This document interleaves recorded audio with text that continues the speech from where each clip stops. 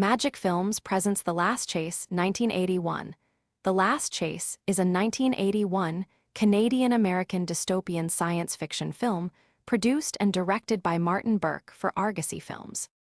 The film stars Lee Majors, Chris Makepeace, and Burgess Meredith in a futuristic scenario about a former race driver who reassembles his old Porsche car and drives to California in a world where cars and motor vehicles of all kinds have been outlawed by the authorities. In the year 2011, the United States is a police state. A substantial percentage of the population was wiped out by a devastating viral pandemic 20 years earlier. Amidst the resulting chaos and general panic, democracy collapsed and a totalitarian cabal seized power. After moving the seat of government to Boston, the new dictatorship outlawed private ownership and use of all automobiles, boats, and aircraft on the pretext that the depletion of fossil fuels was imminent. The loss of other personal freedoms followed, and a mass surveillance system now monitors private citizens' every move.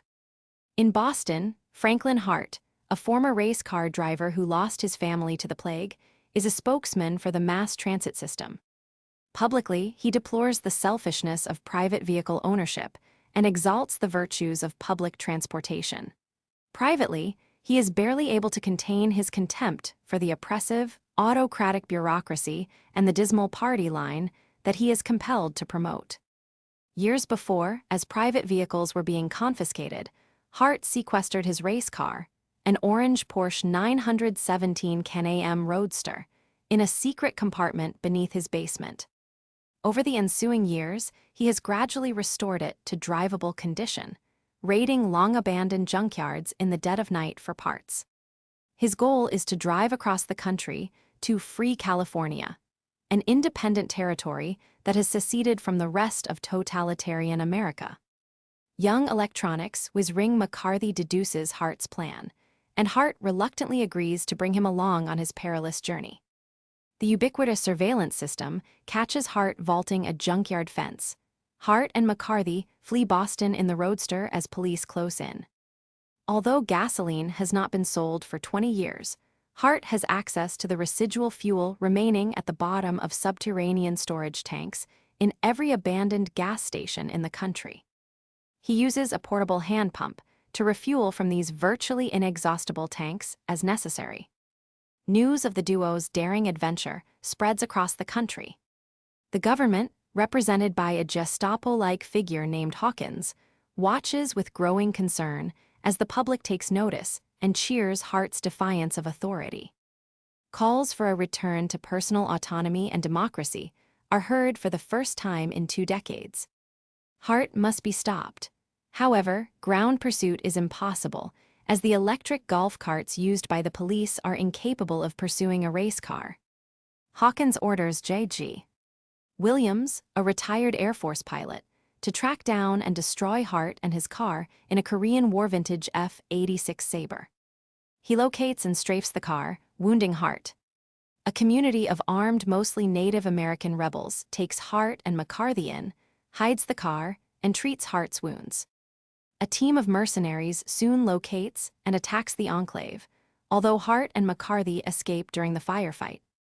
Back on the open road, Williams once again has the Roadster in his crosshairs, but now he is having second thoughts. As an old rebel himself, he is starting to identify with Hart's situation. Prodded by Hawkins, Williams initiates several more confrontations, but each time he yields to Hart's and McCarthy's bewilderment. McCarthy rigs a radio receiver and listens in on Williams's cockpit radio communications, then establishes a dialogue with him using Morse code via a handheld spotlight. Eventually, Williams confides that he is sympathetic to their cause. However, Hawkins is also monitoring Williams' radio communications, and after learning of his change of heart, orders the activation of a Cold Warrior laser cannon at a position ahead of Hart's route. Williams attempts to warn Hart, but his radio communications have been jammed.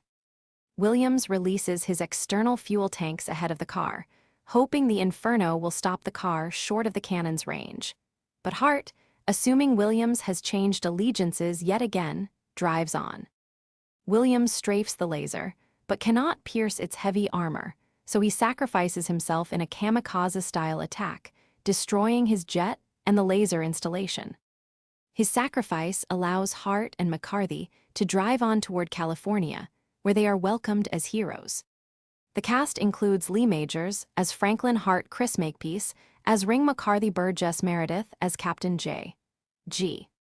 Williams Alexandra Stewart as Eudora Diane D'Aquila, as Santana George Tuliados, as Hawkins, as well as Harvey Atkin, as Judd and Ben Gordon, as Morley Hugh Webster as Fetch, Deborah Burgess as Miss Ralston Trudy Young as Mrs. Hart Moses Z. Namer as reporter Doug Lennox, as Captain Paul Amato as soldier at Roadblock Warren Van Evera, as New York police officer, credited as Warren Van Evera. This film is available from MagicFilms. To place a order, just go to the top our YouTube channel, where it says more about this channel. There, you'll find a link to our store.